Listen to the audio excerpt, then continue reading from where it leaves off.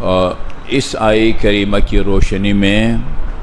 ان تجتنبوا کبائر ما تنہون عنہ یکفر اللہ عن سیئاتکم، یہ ایک بہت ہی حوصلہ افزا اور ایمان افروز نکتہ ہے کہ اکثر لوگوں کا یہ خیال ہے کہ کسی حرام کام سے بچنے کا ایک فائدہ ہے، اور وہ یہ کہ انسان اس حرام کام کی سزا سے بچ جاتا ہے۔ قرآن میں بہت سارے گناہوں کا اللہ نے ذکر کیا ہے اور ساتھ ساتھ اس کی سزا کو بھی بیان کیا ہے۔ اسی طرح روایات کے اندر بھی بہت سارے گناہوں کو بیان کیا گیا ہے، ساتھ ساتھ ان کی سزا اور عقاب کو بھی۔ یہ مرحوم صدوق کی کتاب جس کا میں بار بار تعارف کرا چکا ہوں، ثواب الاعمال و عقاب الاعمال، ثواب الاعمال کتاب کا پہلا حصہ ہے جس میں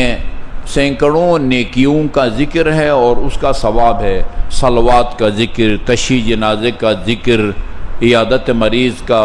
ذکر، نماز تہجد کا ذکر اور اس ثواب وغیرہ وغیرہ۔ دوسرا وہ عقاب الاعمال، اور کچھ اعمال یا گناہوں کو بیان کیا ہے، ساتھ ساتھ ان کی سزا اور عقاب کو بھی۔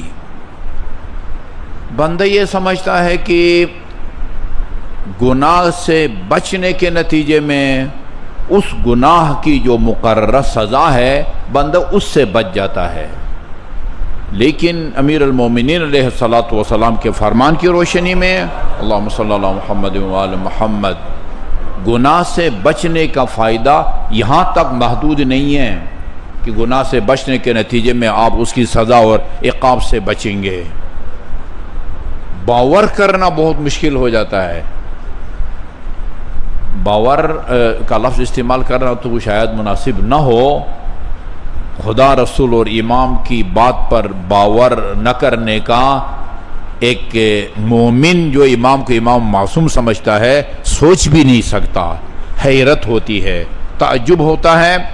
فہم سے بالا تر ہے۔ باور 100% باور ہے، اعتقاد اور اعتبار ہے ہمیں خدا رسول اور امام کے اقوال پر،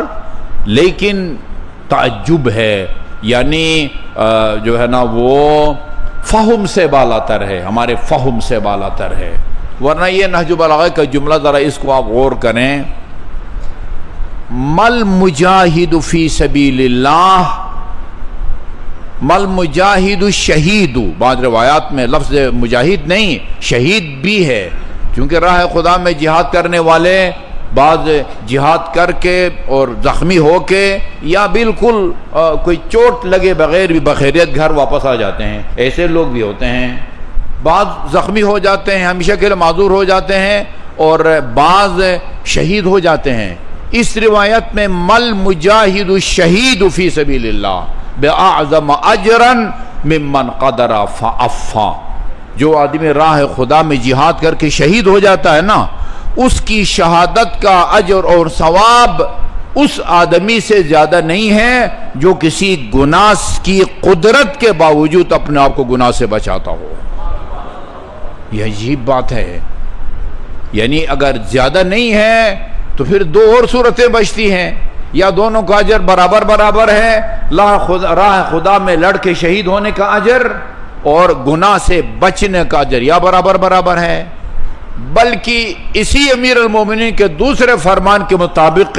یہ گناہ سے بچنے کا اجر راہ خدا میں شہید ہونے سے بھی زیادہ ہے۔ مل مجاہد فی سبیل اللہ بأعظم اجرا ممن قدر فعفا، مل مجاہد الشہید فی سبیل اللہ بأعظم اجرا ممن قدر فعفا۔ بہت سارے مواقع ایسے آتے ہیں، گناہ کا 100% موقع ہے، سوائے خوف خدا کے کوئی رکاوٹ نہیں ہے، حکومت کی طرف سے کوئی خطرہ نہیں ہے، عزیزوں کی طرح آس پاس بیٹھنے والوں کی طرف سے کوئی خطرہ نہیں ہے، صرف اور صرف خوف خدا کی وجہ سے ممن قدر، گناہ کی قدرت بھی رکھتا ہے، فعفا، اور پاک دامانی کا مظاہرہ کرتا ہے۔ اچھا، پاک دامن یعنی میری اپنی سوچ ہے، شاید وہ عام مومنین سامعین کی سوچ مختلف ہو، جب ہم پاک دامن کا لفظ استعمال کرتے ہیں زیادہ تر انسان کے ذہن میں وہ اخلاقی بے راہ روی سے بچنا، پاک دامن رہنا، فحاشی نہ کرنا، نامحرم کو نہ دیکھنا، یہ وہ جنسی خواہش کی وجہ سے جن گناہوں کا مرتکب ہوتا ہے ان سے بچنے کا نام پاک دامنی ہے۔ ایسا نہیں ہے۔ غیبت سے بچنا بھی پاک دامنی ہے، چغل خوری سے بچنا بھی پاک دامنی ہے،